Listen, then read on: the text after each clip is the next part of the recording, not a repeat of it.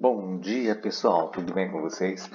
Gente, dando continuidade às nossas aulas, semana passada a gente conversou sobre ecologia de insetos, dando um enfoque em autoecologia. E hoje a gente vai dar continuidade sobre o tema ecologia de insetos e a gente vai falar um pouco sobre cinecologia.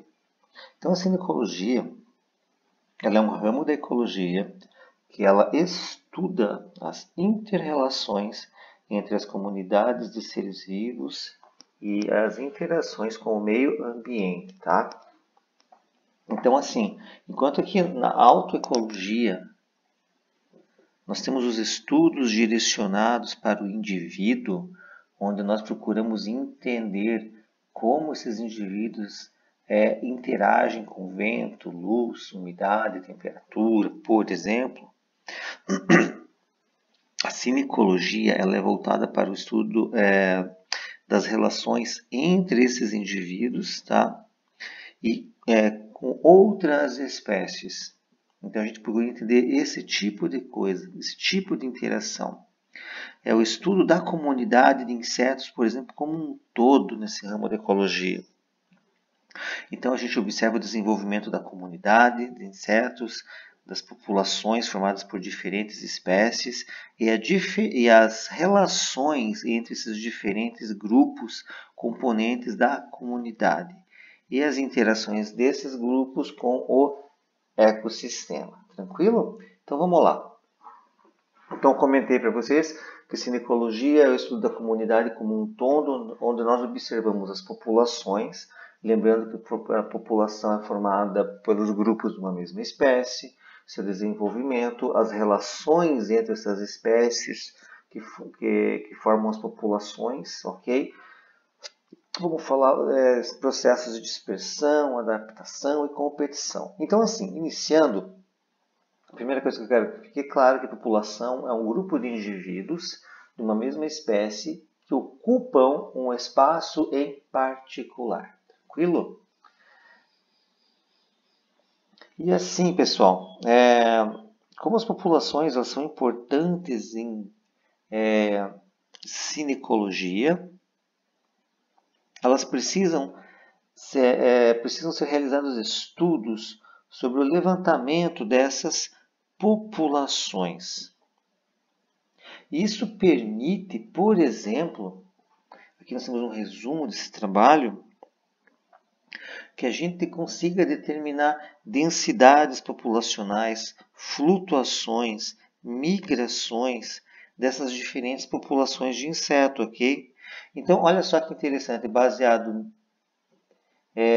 nesse trabalho aqui, esses indivíduos conseguiram verificar que ocorria, tá, dentro de áreas de Mata Atlântica no estado do Rio de Janeiro, mais de 3.000 espécies de insetos distribuídas em diferentes ordens. Então percebam, pessoal, aqui nós temos toda uma comunidade de insetos ocorrendo dentro de um ambiente, tá? No caso, trechos de Mata Atlântica do estado do Rio de Janeiro. E assim, para que a gente consiga fazer todo esse levantamento e realizar esses tipos de estudo, procurando entender essas interações, nós precisamos de alguns métodos para fazer o levantamento de insetos. Então a gente precisa de alguns tipos de armadilha que possibilitem a coleta e a avaliação desses indivíduos, ok? E para cada grupo desses insetos aqui, nós temos uma estratégia de coleta mais adequada. Então, assim, eventualmente para coletar efemeróptera, por exemplo, eu não posso usar a mesma armadilha que eu usaria, por exemplo, para coletar lepidópteros ou para coletar, no caso, por exemplo, de hemípteros, por exemplo, subordem Sternorhyncha, eu não poderia usar armadilhas eu utilizo novamente para controlar lepidópteros. São insetos bem distintos, têm comportamentos bem diferenciados e, eventualmente, um método de captura para um grupo pode não ser eficiente para que nós consigamos coletar outros grupos de insetos. Ok? Então, nesse contexto, eu vou mostrar para vocês algumas armadilhas que nós temos, as mais comuns, pelo menos, ok? Então, vamos lá. A primeira armadilha que eu quero mostrar para vocês são as redes entomológicas, tá? Então, elas são usadas para o levantamento de cigarrinhas, hemípteras, né? Alquenorrincas, percevejos, heterópteros, borboletas, mamangavas e etc. São insetos maiores, mais robustos, tá? Então percebam aqui que nós temos dois tipos de rede entomológica e cada uma tem uma finalidade. Por exemplo, percebam que essa rede entomológica aqui, ó, ela é formada por um tecido mais fino, ela é mais delicada. Ela é mais adaptada para coletar, por exemplo, borboletas, insetos que estão em ponta de ramos e tudo mais. A gente vai fazendo uma coleta ativa. E olhem como ela se difere desta rede entomológica, que nós também podemos chamar de rede de varredura. Percebam como a haste ela é mais rígida, ela é reta aqui no fundo, e ela não é formada por um tecido tão delicado quanto essa aqui. Ela é formada por um tecido mais rígido, mais grosso, tá? Então, ela, por exemplo, a gente coloca isso aqui em contato com o solo, por exemplo, numa pastagem, e vai arrastando essa rede, tentando coletar pequenos insetos presentes nessa área. Ou mesmo a gente pode eventualmente utilizar essa rede aqui para coletar insetos aquáticos. E esse tecido mais resistente, ele possibilita que essa rede entomológica não rasgue com tanta facilidade. Ok?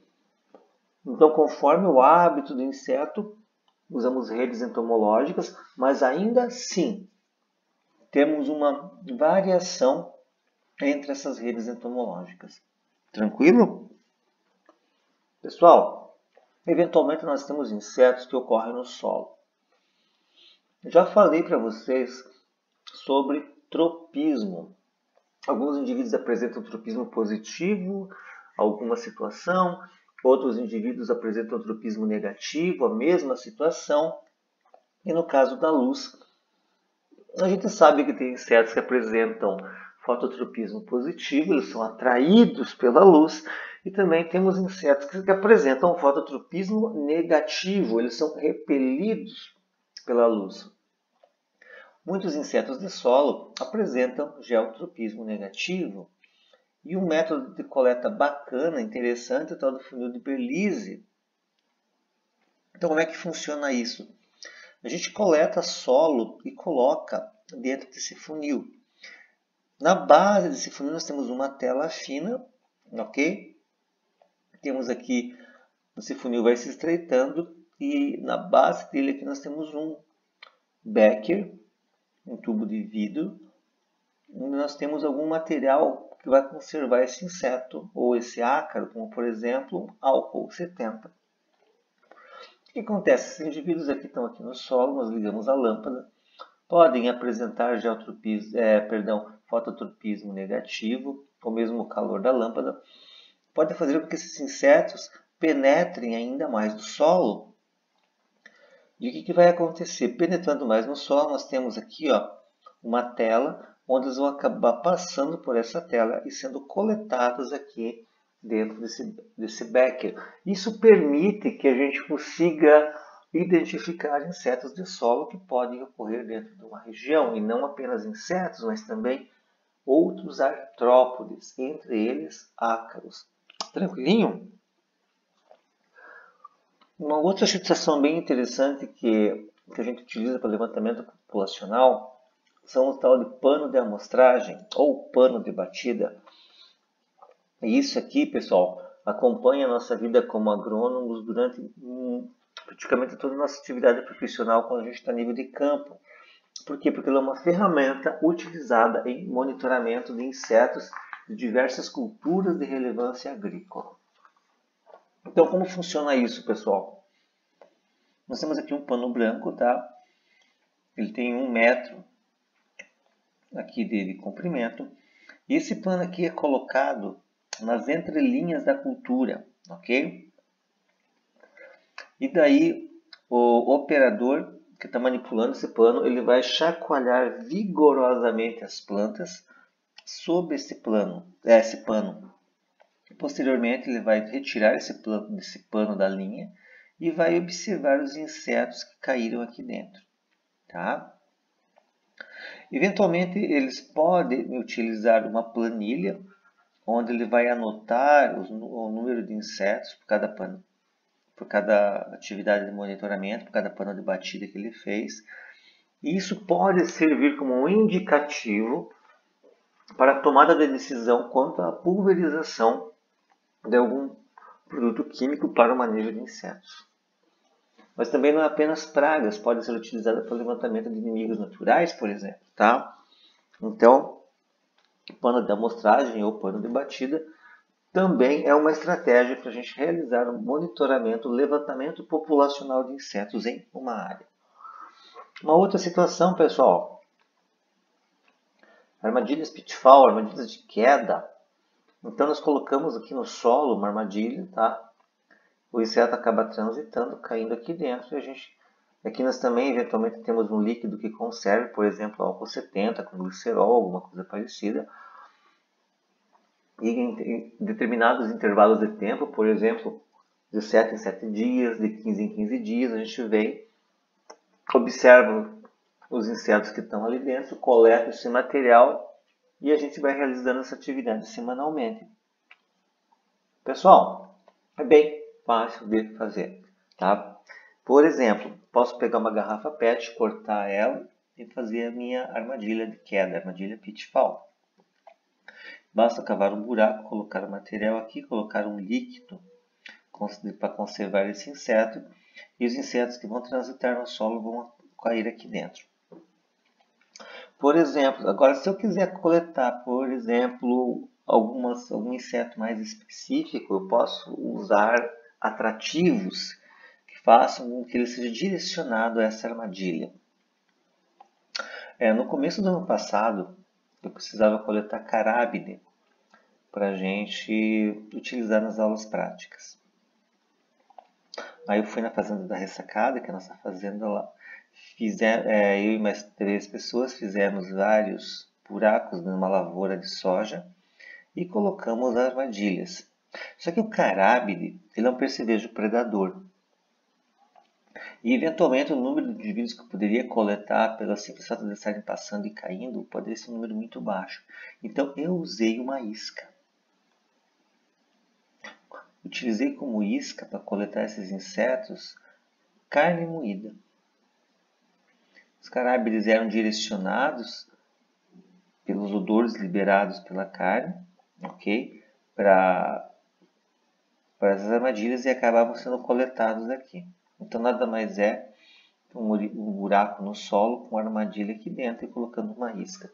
Mas existem vários tipos de isca e a gente pode utilizá-las conforme o grupo que a gente está interessado. Por exemplo, isso aqui é uma outra armadilha de solo, só que ela é bem mais elaborada. Você perceba que nós temos uma garrafa aqui no fundo que vai enterrada no solo, aqui nós temos o funil, tá? Mesmo princípio.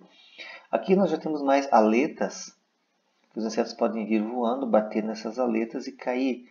Ok? E como atrativo não é alimentar, mas sim feromônio sexual. Então, machos são atraídos, eles vão acabar sendo coletados e caindo aqui dentro. Nós podemos retirar muitos insetos do ambiente utilizando esse tipo de estratégia, ok? Uma outra armadilha bem interessante é a armadilha de sucção. Ela já é bem importante para insetos de pequeno porte, né? E o que acontece? Nós temos desde armadilhas onde efetivamente nós temos um equipamento que faz a coleta desses insetos por meio de sucção e eles são armazenados dentro de um recipiente, ok? Existe esse tipo de armadilha, mas nós também temos armadilhas de sucção mais simples, onde a gente acaba coletando o inseto aspirando, fazendo uma pressão dentro de um vidro. Então nós temos essas duas situações. Inclusive, pessoal, quando a gente for fazer esse tipo de armadilha, cuidado que na ponta onde vocês vão colocar a boca, vocês coloquem uma telinha, porque você, quando vocês coletarem o inseto, não acabem engolindo esse cara, tranquilo? Mas a gente utiliza esse tipo de armadilha também. Um outro tipo de armadilha que eu quero mostrar para vocês, armadilha de cola ou armadilha adesiva. Pessoal, lembram da aula passada quando eu falei para vocês que insetos são atraídos ou repelidos por cores? Pois então, aqui nós podemos utilizar das cores para atrair insetos. E essas armadilhas utilizam cor para atrair insetos, elas são impregnadas com cola. E esses indivíduos, atraídos pelos comprimentos de onda que se refletem, eles acabam ficando fixados aqui. Tá? A gente consegue tirar muitos insetos de relevância econômica, ou sejam, pragas da área que a gente trabalha. E, além disso, a gente consegue realizar o monitoramento desses indivíduos pela contagem de insetos que nós temos aqui nessas placas adesivas, tranquilo? Ainda utilizando a cor, nós temos mais uma armadilha, que nós chamamos de armadilha do tipo moirique ou bandeja de água, e aqui nós também utilizamos cores atrativas, tá? Ela é bem importante, bem interessante para coletar insetos de pequeno porte. Então, o que acontece? Aqui nós temos um recipiente, pode ser metálico, pode ser plástico. O seu interior é pintado, por exemplo, de amarelo, tá? Semelhante a essa armadilha adesiva. Só que ao invés de cola, nós utilizamos água, com algumas gotas de sabão líquido para quebrar essa tensão superficial da água. Então, o inseto que vai estar passando por aqui vai acabar sendo atraído, caindo nessa água e vai acabar ficando aqui nessa armadilha. Aí semanalmente a gente vem, ok? Faz a coleta desse material e leva esse material para triagem em laboratório e fazer o levantamento das espécies que ocorrem em uma determinada cultura, por exemplo. Nessa foto aqui, essa pesquisadora, Josélia Maria Schuber, é o nome dela, ela está fazendo o levantamento populacional de afídeos que ocorrem em pomares de pessegueiro, tranquilo? Então essa é uma atividade. Um outro tipo de armadilha muito importante é a armadilha do tipo Malaise. Então ela é uma armadilha de interceptação. Então os insetos eles estão voando, ok? Acabam batendo nessas telas aqui e eles acabam fazendo, pelo comportamento deles, um geotropismo positivo, eles acabam se direcionando sempre para cima. E aqui nessa extremidade, pessoal, percebam que nós temos um recipiente com algum líquido conservante. Os insetos subindo vão acabar entrando aqui, caindo nesse líquido e posteriormente a gente vem e faz a coleta. Outro tipo de armadilha, pessoal, bem comum e bem bacana de usar, frascos caça-mosca. Já comentei com vocês na aula passada a respeito do atrativo alimentar, que é proteína hidrolisada para coleta de moscas. Então, o que acontece?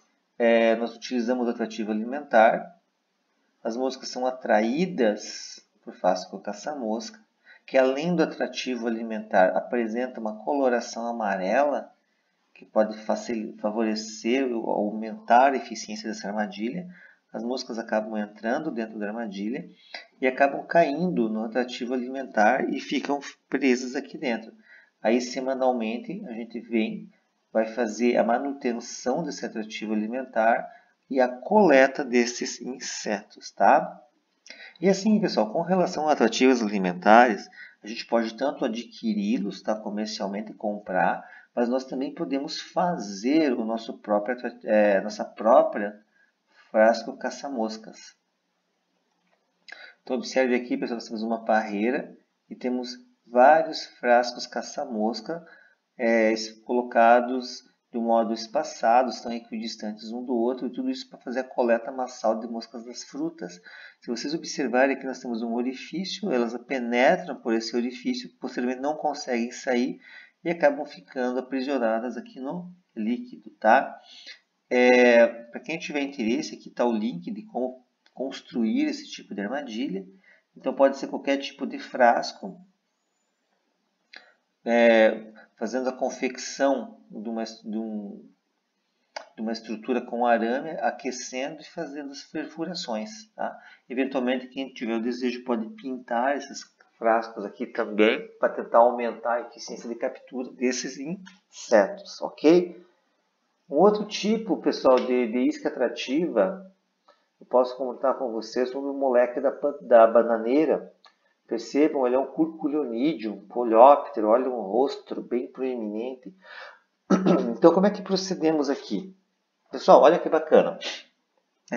Quando a gente corta um pseudocaule de banana, a gente pode pegar esse material e fazer toletes e colocar no solo.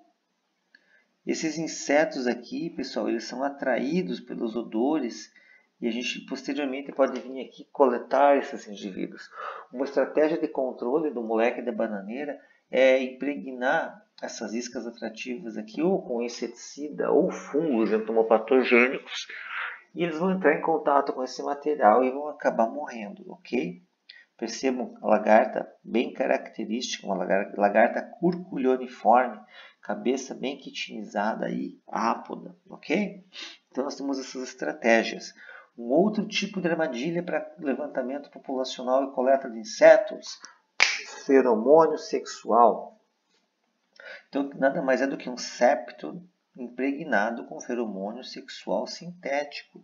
Então o que acontece? Percebam, pessoal, esse septo está localizado no centro de uma placa, essa placa é adesiva e ela é quadriculada. Então isso nos permite fazer o levantamento populacional desses indivíduos, o monitoramento.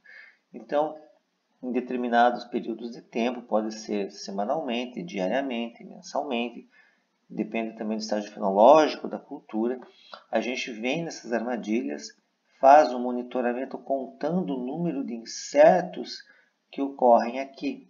E esses quadriculados exatamente para facilitar essa contagem, onde ele dificulta que o avaliador se perca durante a contagem e conta o mesmo inseto 2 vezes, por exemplo. Daí a gente retira esse material velho aqui, anota o número de insetos coletados em uma prancheta e continua realizando o monitoramento, ok?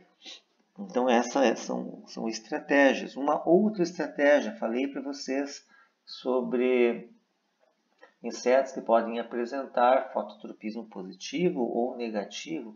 Então nós temos muitos insetos atraídos pela luz.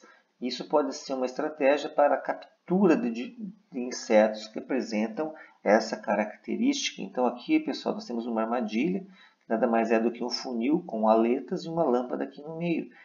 Os insetos vêm em direção à luz, acabam batendo nessas aletas, caindo no funil e sendo aprisionados em um recipiente apropriado. Faz sentido? Que bacana!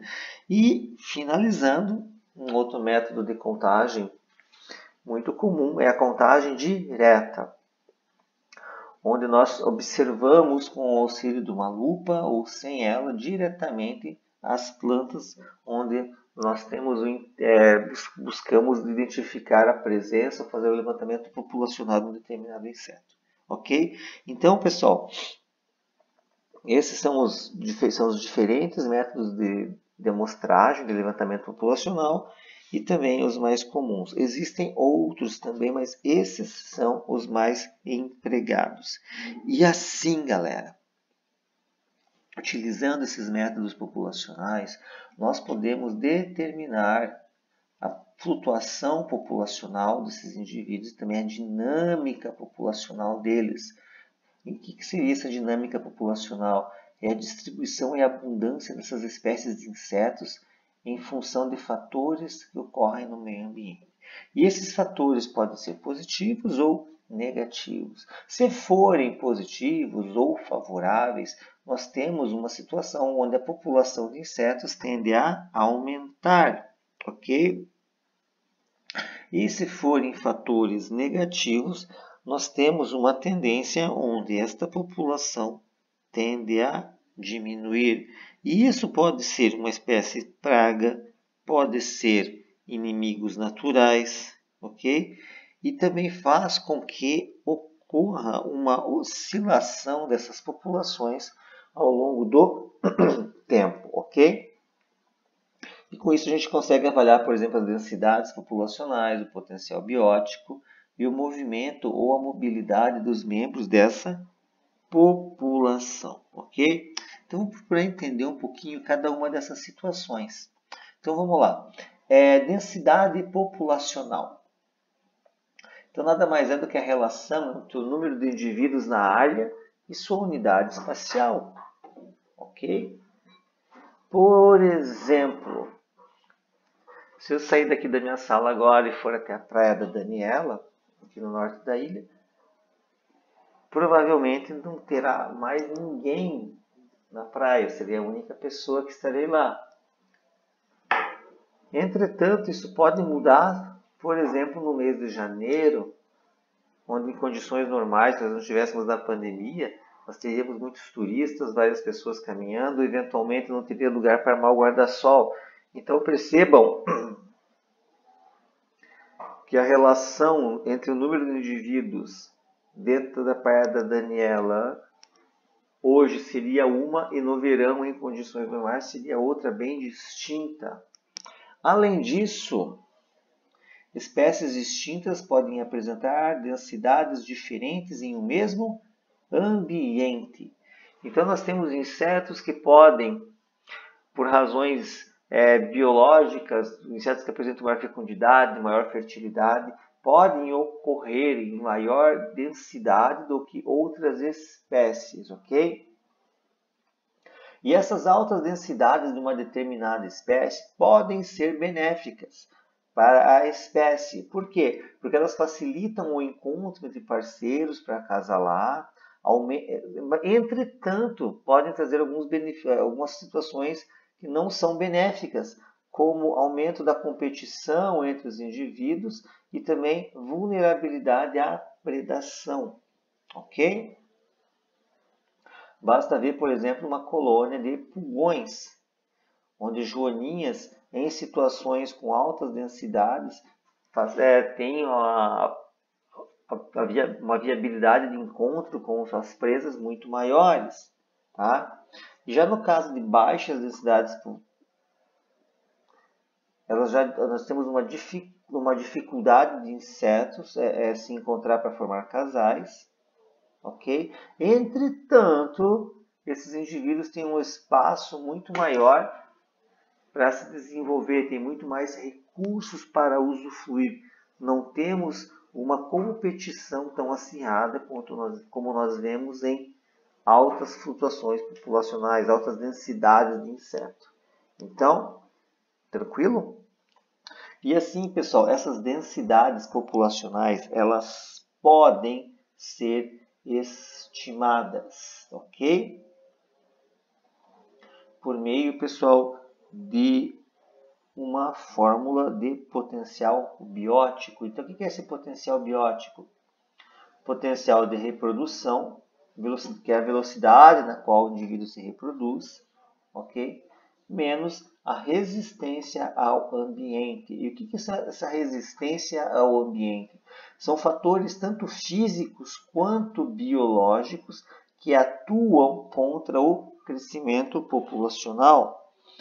Então, nós temos aqui essa resistência do meio causado tanto por doenças como falta de alimento. Uma coisa mais rara, mas pode acontecer, é o canibalismo. Então, nós temos várias atividades que fazem com que muitos insetos não atinjam a fase adulta ou apresentem a capacidade reprodutiva, gerando mais descendentes. Quer ver um exemplo? Olha só. Diatreia sacaralis. Então, a gente sabe que ela é uma praga importante em cana-de-açúcar. Em condições de laboratório, onde nós temos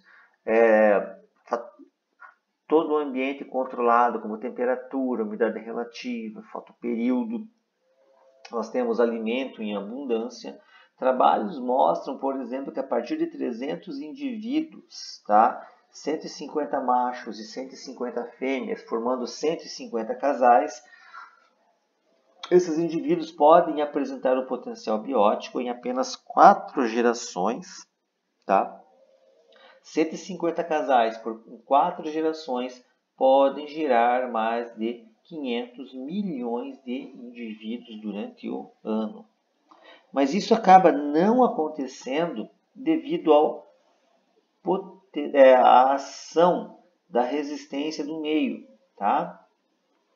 Onde nós temos inimigos naturais, temos doenças, temos falta de alimento, temos temperaturas que não são adequadas, vários fatores que afetam, que prejudicam, que causam uma elevada mortalidade de insetos, fazendo com que as populações muitas vezes se mantenham em nível de equilíbrio, principalmente quando nós temos condições de ambiente intocado, inalterado, tá? Como situações de florestas. Ok? Uma outra coisa que a gente vê, pessoal, com relação a essa dinâmica populacional, que nós vimos aqui, a densidade populacional, potencial biótico, outro fator, o movimento ou mobilidade, que pode afetar a dinâmica populacional, está associado, ao movimento ou à mobilidade dos membros de uma população. E aqui nós temos duas situações, tá? A migração e a dispersão. Com relação à migração, então os insetos eles procuram novos habitats mais adequados à sua reprodução e alimentação. E eles podem fazer essa locomoção por meio de voo direto, tá? Voo ativo, se direcionando a outros locais. E podem também serem auxiliados de uma maneira indireta por meio do vento, ok?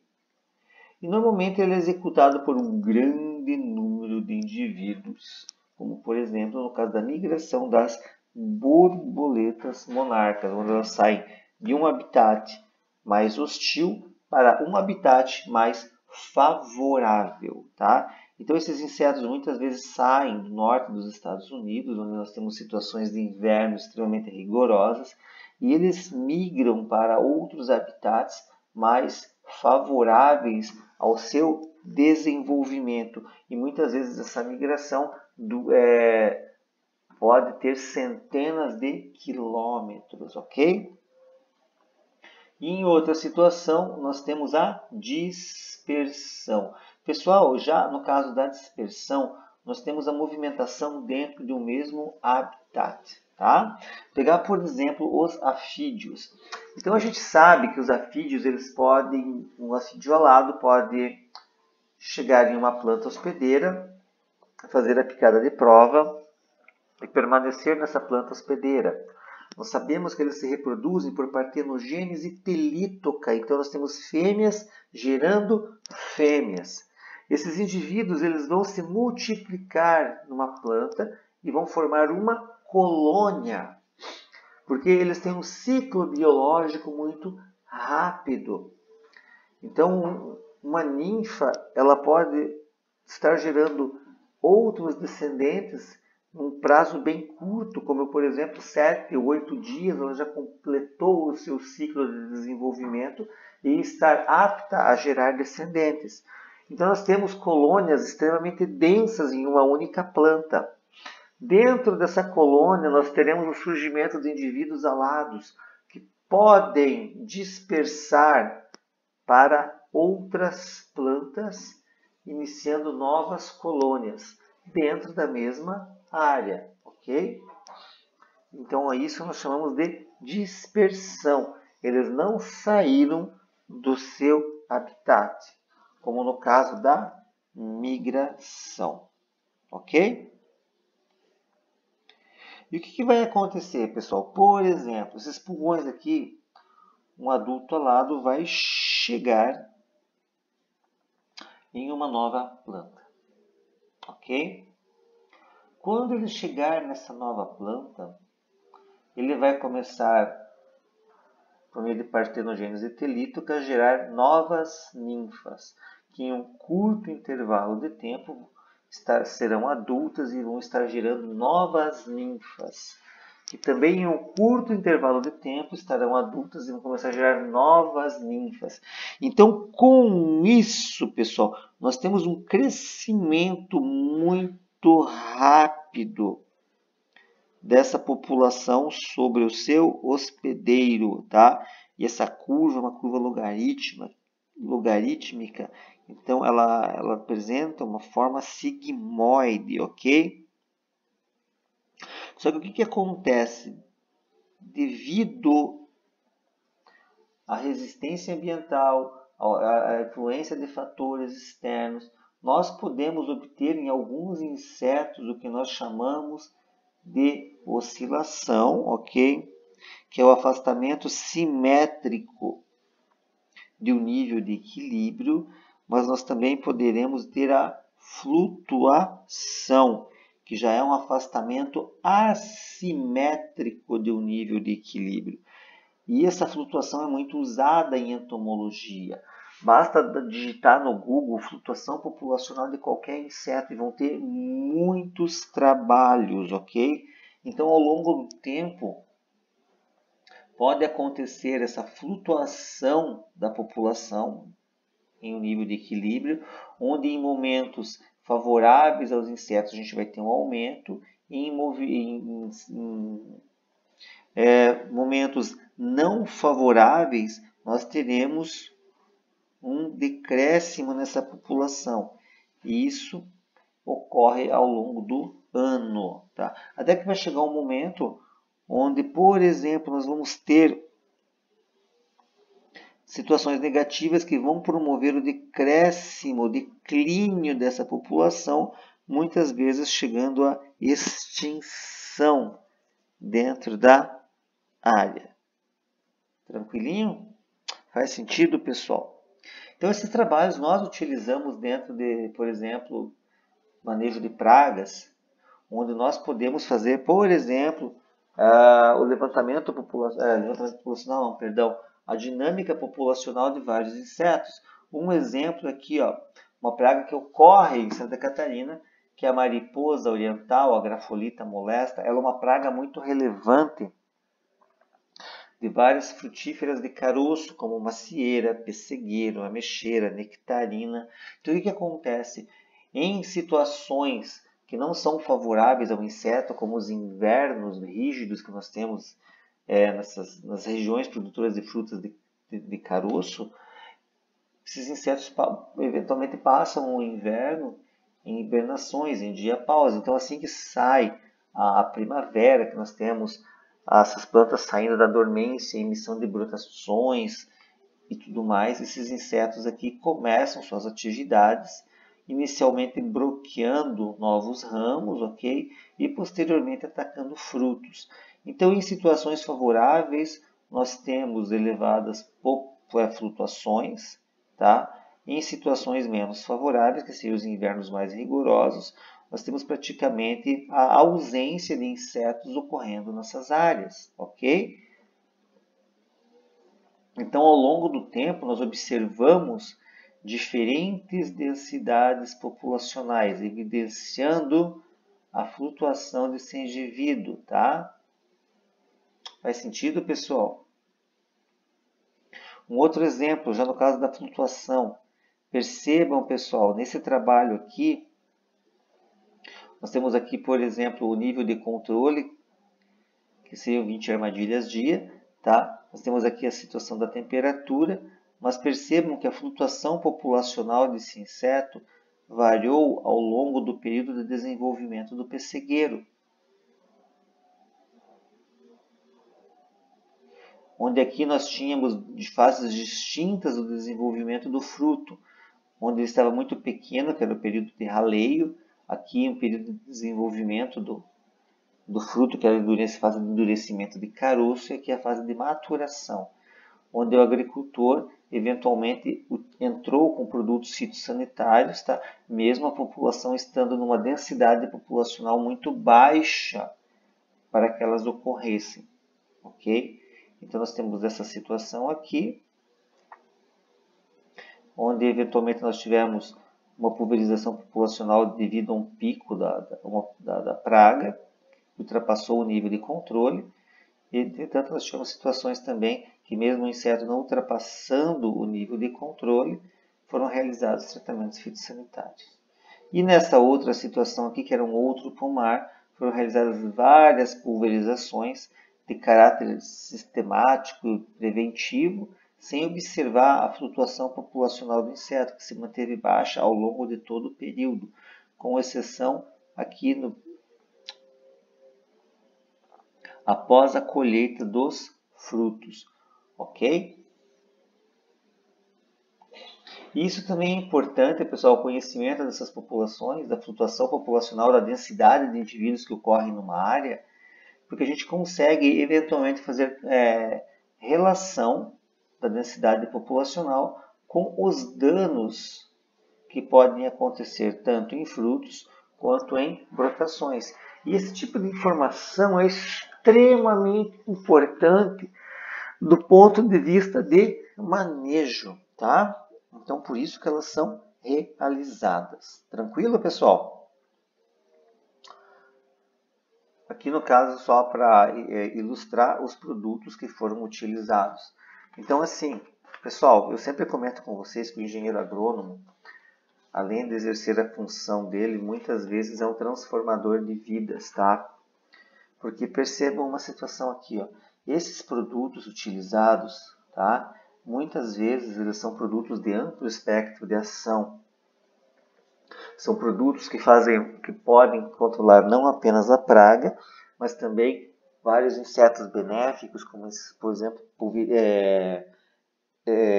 inimigos naturais, polinizadores, tá? E pelo volume de produtos utilizados, a gente pode inclusive ter contaminação ambiental, contaminação ou resíduo em frutos. Então, por isso, nós utilizamos monitoramento como um critério para a tomada de decisão pela adoção ou não de um tratamento fitossanitário. Ok? E nesse sentido, a intervenção de um agrônomo realizando um monitoramento adequado, ele pode reduzir drasticamente o uso de produtos químicos. Ok, pessoal? Pessoal, dentro da cinecologia, nós também trabalhamos ou procuramos estudar o que são biocenoses, tá? E o que são essas biocenoses? São associações biológicas estabelecidas pelos organismos de uma mesma comunidade. E elas podem ser de alguns tipos, tá?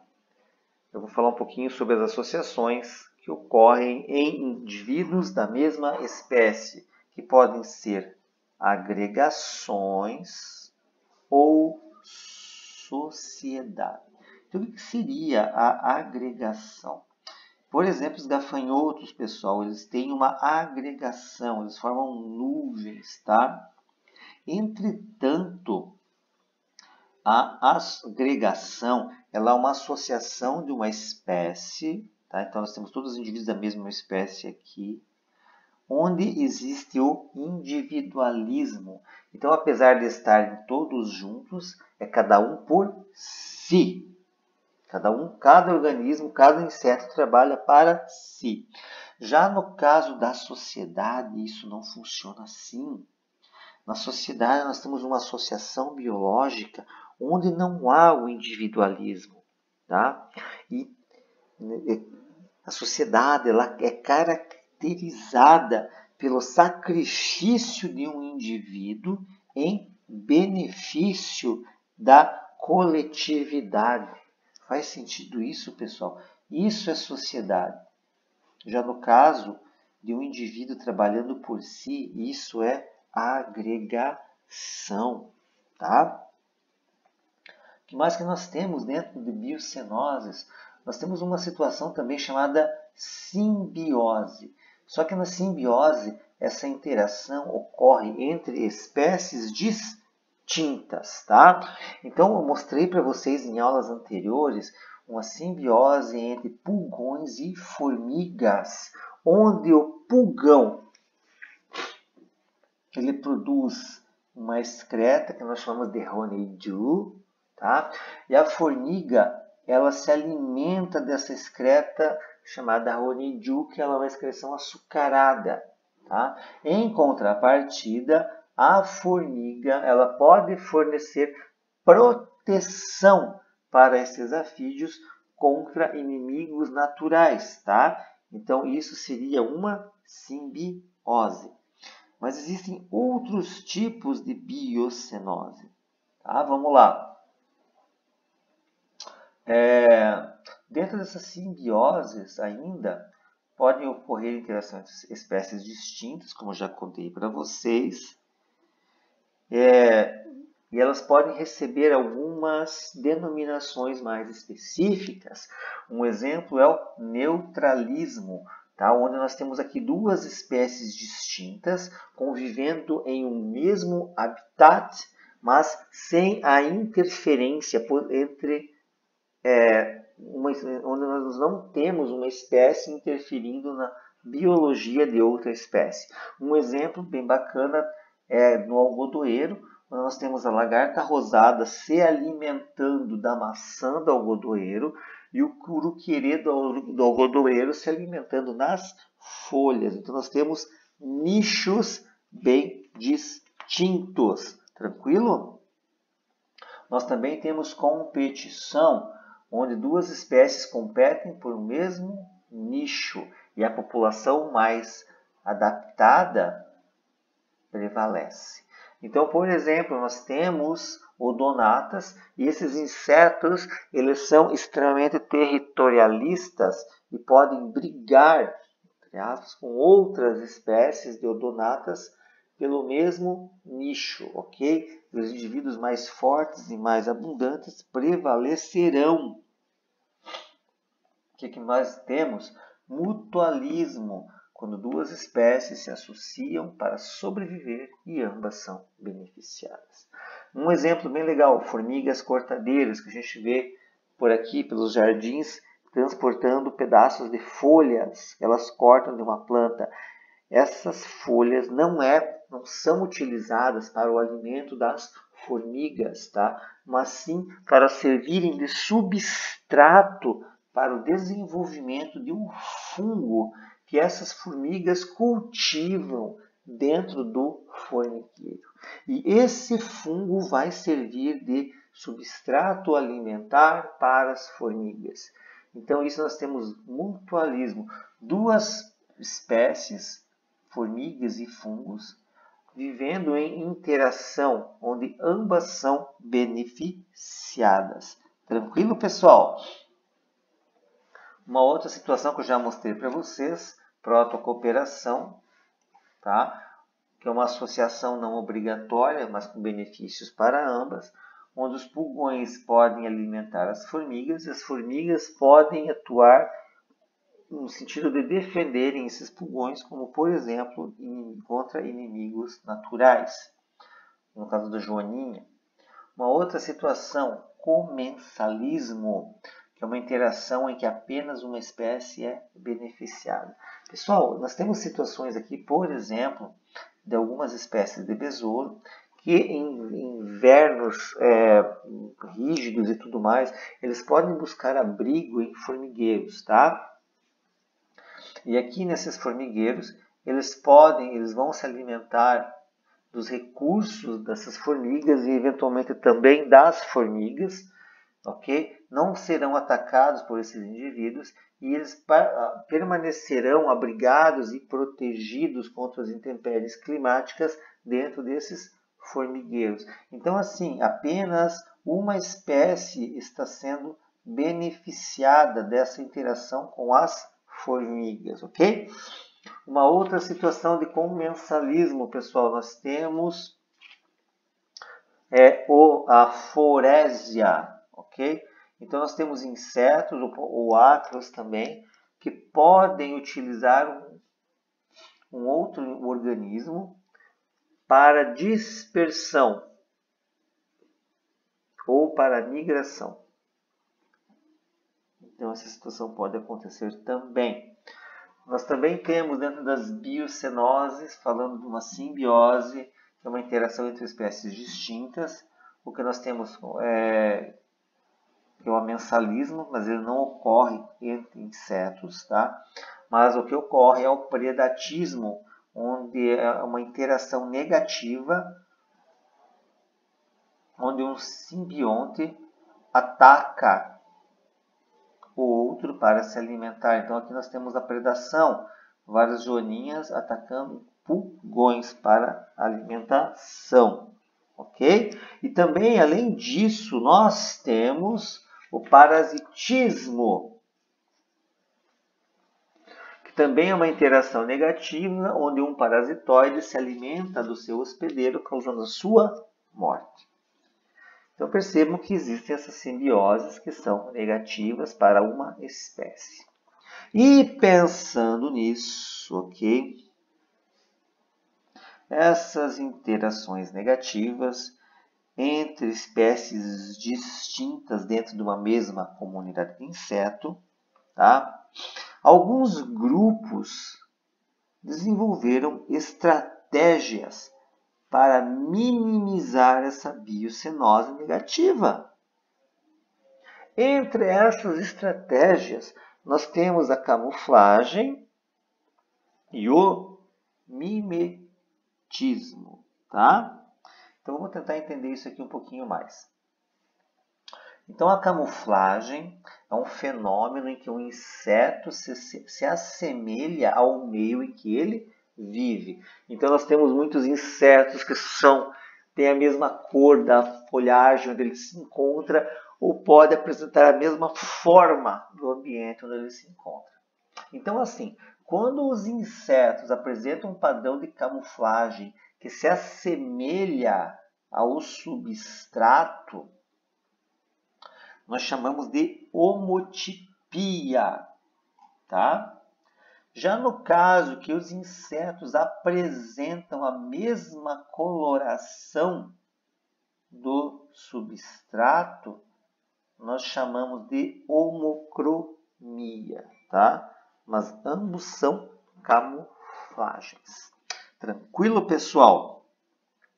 E além da camuflagem, nós temos o mimetismo, que nesse caso é o fenômeno em que alguns insetos se assemelham a outros insetos, tá?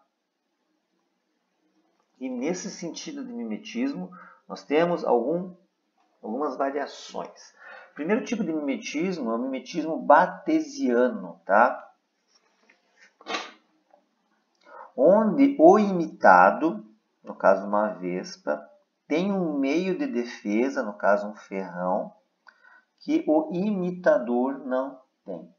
Então aqui nós temos, por exemplo, olha só pessoal, primeiro par de pernas ambulatorial, segundo par de pernas ambulatorial, terceiro par de pernas saltatorial, primeiro par de asas do tipo tegmina. Sim, pessoal, isso aqui é um ortóptero, tá? Uma esperança, mimetizando uma vespa, tá?